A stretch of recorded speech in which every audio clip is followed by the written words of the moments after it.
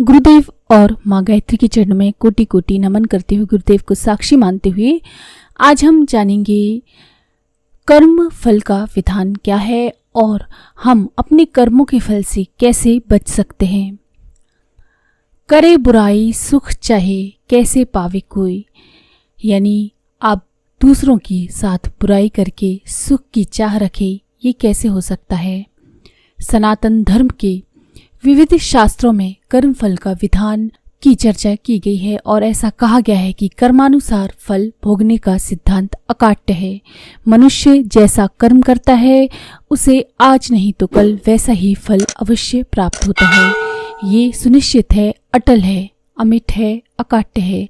यदि आज हम सुखी हैं तो ये हमारे ही कर्मों का परिणाम है और यदि आज हम दुखी हैं तो ये भी हमारे ही द्वारा किए गए कर्मों का परिणाम है, प्रतिफल है, पुरस्कार है।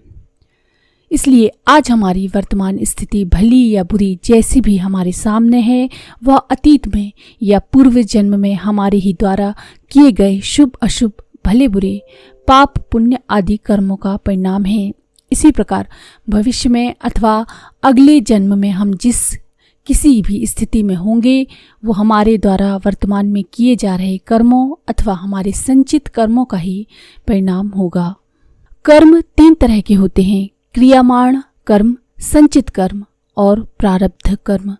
हम वर्तमान में जो अच्छे बुरे कर्म कर रहे हैं वे ही क्रियामाण कर्म हैं और वर्तमान से पहले अतीत में, इस जन्म में अथवा पहले के अनेक मनुष्य जन्मों में जो किए हुए हमारे अच्छे या बुरे कर्म हैं, संग्रहित हो गए हैं, जो संचित हो गए हैं, वे ही संचित कर्म कहलाते हैं। उन संचित कर्मों में से जो अब फल देने के लिए हमारे सामने प्रस्तुत हो गए हैं, प्रकट हो गए हैं, यानी सुख दुख, हानि लाभ, यश अपयश, मान अपमान, प्रतिकूल अनुकूल परिस्थितियां फलों के रूप में जो हमारे सामने आ गए हैं, वे ही प्रारब्ध कर्म कहलाते हैं। इस प्रकार हमारे द्वारा किए गए कर्म ही अंततः सुख दुख के रूप में हमारे जीवन में प्रकट होते हैं और उन कर्मों का फल हमें भोगना ही पड़ता है। वे कर्म जन्म जन्मांतर तक हमारा पीछा करते हैं। जैसे धूप में जब हम चलते हैं तब हमारी छाया भी हमारे साथ साथ चलती है, वैसे ही हमारे कर्म भी, हमारे कर्म संस्कार भी हमारे साथ साथ चलते हैं। इस संबंध में संत कबीर ने भी क्या खूब कहा है: जहाँ यह जियरा पगु धरे बखत बराबर साथ, जो है लिखा नसीब में चले न अविचल बात। यानी प्राणी जहाँ जहाँ जाता है उसके कर्म बराबर उसके साथ रहते हैं। जो प्रारब्ध में बना है उसको भोगना निश्चित है, वह टल नहीं सकता। वही इस संदर्भ में परम पूज्य गुरुदेव युग ऋषि श्री राम शर्मा आचार्य जी लिखते हैं: प्रारब्ध कर्मों का फल मिलना निश्चित है, परंतु उनके अनुकूल परिस्थितियां प्राप्त होने में कुछ समय लग जाता है। ये समय कितने दिन का होता है इस संबंध में कुछ नियम मर्यादा नहीं है। वे आज भी हो सकता है और कुछ जन्मों के अंतर से भी हो सकता है, किंतु प्रारब्ध फल होते वही हैं जो अचानक घटित हों और जिन पर मनुष्य का कोई वश न चले। अतः ये तो सुनिश्चित है कि हमारे कर्मों का फल आज नहीं तो कल हमें मिलेगा ही। हाँ, जिन कर्मों का फल हम इस जन्म में पूरा नहीं भोग पाते उन्हें अगले जन्म में भी अवश्य ही भोगना पड़ता है। मरने पर मृत्यु तो हमारे शरीर की होती है, हमारे मन की नहीं, हमारे चित्त की नहीं, हमारी आत्मा की नहीं, हमारे कर्माशय की नहीं। मरने पर शरीर तो अग्नि में भस्मीभूत हो जाता है या कब्र में गाड़े जाने पर अंततः मिट्टी में मिल जाता है। पंच तत्वों से बना हमारा शरीर पंच तत्व में ही विलीन हो जाता है। हमारे कर्म संस्कार हमारे मन और आत्मा के साथ ही चले जाते हैं और उन कर्म संस्कारों के आधार पर ही हमें नया जीवन मिलता है, नया शरीर मिलता है, नया घर परिवार मिलता है, नई परिस्थितियां मिलती हैं। इसी आधार पर किसी का जन्म किसी कुलीन परिवार में, समृद्ध परिवार में, सुखी परिवार में, तो किसी का जन्म किसी दुखी या दुखियारे घर में होता है।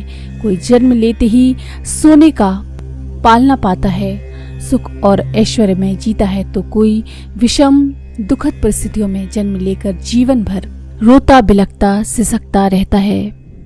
पर ऐसा अकारण नहीं हुआ। इन दुखद व सुखद परिस्थितियों में जन्म लेने के मूल में हमारे द्वारा किए गए अच्छे बुरे कर्म ही तो हैं। यदि कर्म फल का विधान सत्य है तो फिर भ्रष्ट, बेईमान, अनीति के मार्ग पर चलने वाले, बुरे कर्म करने वाले, दूसरों को दुख देने वाले, सताने वाले लोग सुख चैन व ऐश मौज का जीवन कैसे प्राप्त कर लेते हैं? उनके जीवन में तो दुख और वेदना होनी चाहिए। वहीं दूसरी ओर शुभ, पुण्य व भलाई के मार्ग पर, नीति के मार्ग पर, धर्म के मार्ग पर चलने वाले लोगों के जीवन में दुख ही दुख देखने को मिलते हैं। ऐसा क्यों? ये सत्य है कि बुरे कर्म करने वाले कुछ समय तक सुख चैन ऐश मौज का जीवन जीते देखे जाते हैं। उनके जीवन में वर्तमान में जो सुख चैन ऐश मौज समृद्धि आदि सुखद स्थिति जो दिख पड़ती हैं, वे उनके द्वारा अतीत में या पूर्व जन्म में किए गए शुभ कर्मों, पुण्य कर्मों, अच्छे कर्मों का परिणाम है। ये वर्तमान में उनके द्वारा किए जा रहे बुरे कर्मों का परिणाम नहीं। अतीत में उन्होंने जो शुभ कर्मों के बीज बोए थे वे ही आज वृक्ष बन गए हैं, जिनके मधुर फल उन्हें आज मिल रहे हैं। और वर्तमान में जो बुरे कर्म कर रहे हैं वे भविष्य में या अगले जन्म में उन्हें बुरे फल के रूप में प्राप्त होंगे। कोई बीज बोते ही वृक्ष नहीं बन सकता, फिर चाहे वह बीज बुरे कर्म का हो या अच्छे कर्म का, उसे वृक्ष बनने में, फल देने में समय तो लगता ही है। समय आने पर उसमें कर्मानुसार फल लगेंगे ही, ये तो सुनिश्चित है। जैसा कि संत कबीर ने कहा है, करे बुराई सुख चहे कैसे पावे कोई, रोपे पेड़ बबूल का आम कहाते हुए। इसीलिए जब कर्म फल विधान अटल है, कर्मों का फल मिलना सुनिश्चित है, तो फिर हम अपने जीवन में शुभ कर्म, पुण्य कर्म ही क्यों ना करें।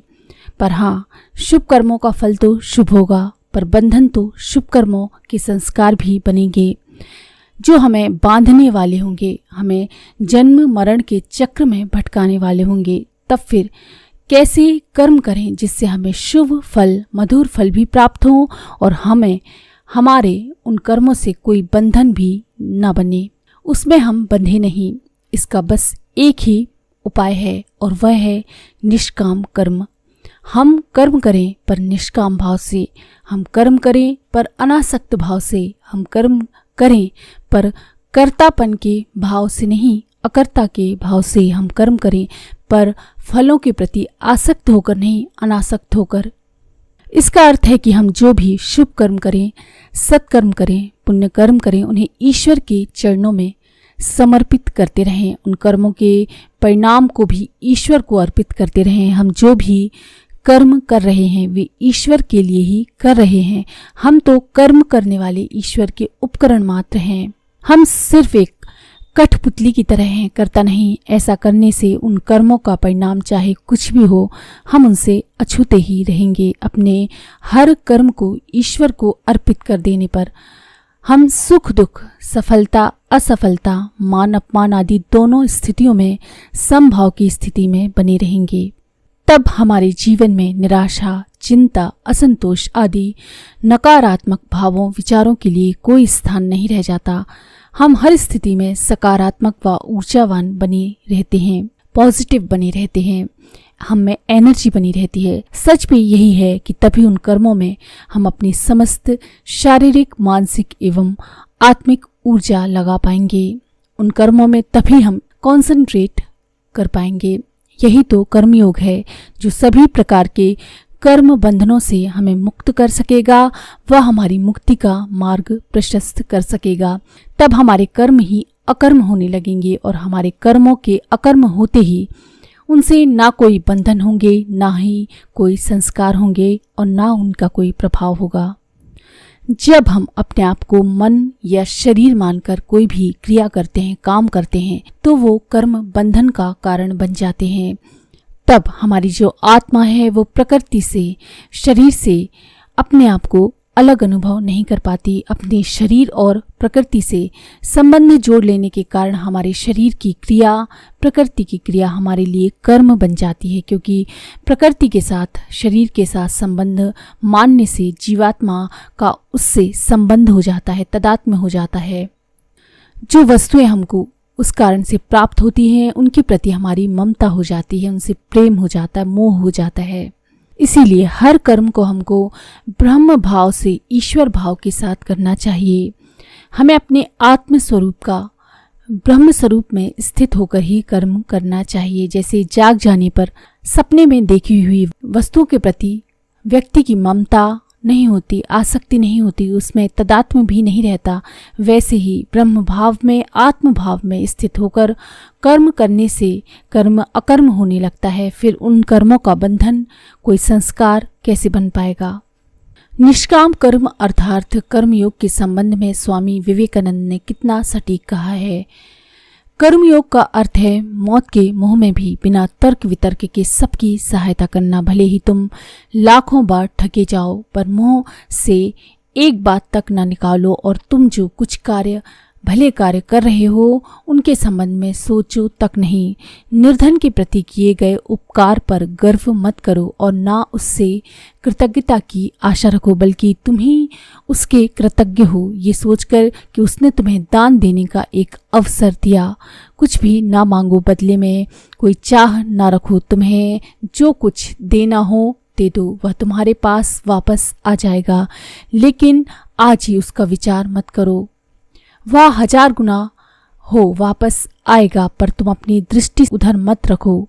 देने की ताकत पैदा करो, दे दो और बस काम खत्म हो गया। प्रकृति तुम्हें देने के लिए बाध्य करेगी, इसलिए स्वेच्छापूर्वक दे दो। अनासक्त रहो, पर मार्ग की आपत्तियों के, परेशानियों के संबंध में सोचते मत रहो। चाहे हमें प्रत्येक कार्य में असफलता मिले, हमारे टुकड़े टुकड़े हो जाएं और खून की धार बहने लगे, फिर भी हमें अपना हृदय थाम कर रखना होगा। इन आपत्तियों में ही हमें अपनी ईश्वरत्व की घोषणा करनी होगी। निष्काम और अनासक्त होकर कार्य करने से हमें परम आनंद और मुक्ति की प्राप्ति होगी। इसलिए हम सभी प्रकार के कर्म बंधन से मुक्त होना चाहते हैं और सदैव शाश्वत आनंद पाना चाहते हैं, तो हमें भी निष्काम कर्म ही करना चाहिए, अनासक्त कर्म ही करना चाहिए। तो अगर आपको ये जानकारी पसंद आई तो प्लीज़ लाइक करें, शेयर करें, सब्सक्राइब करें मंत्र सिद्धि चैनल को।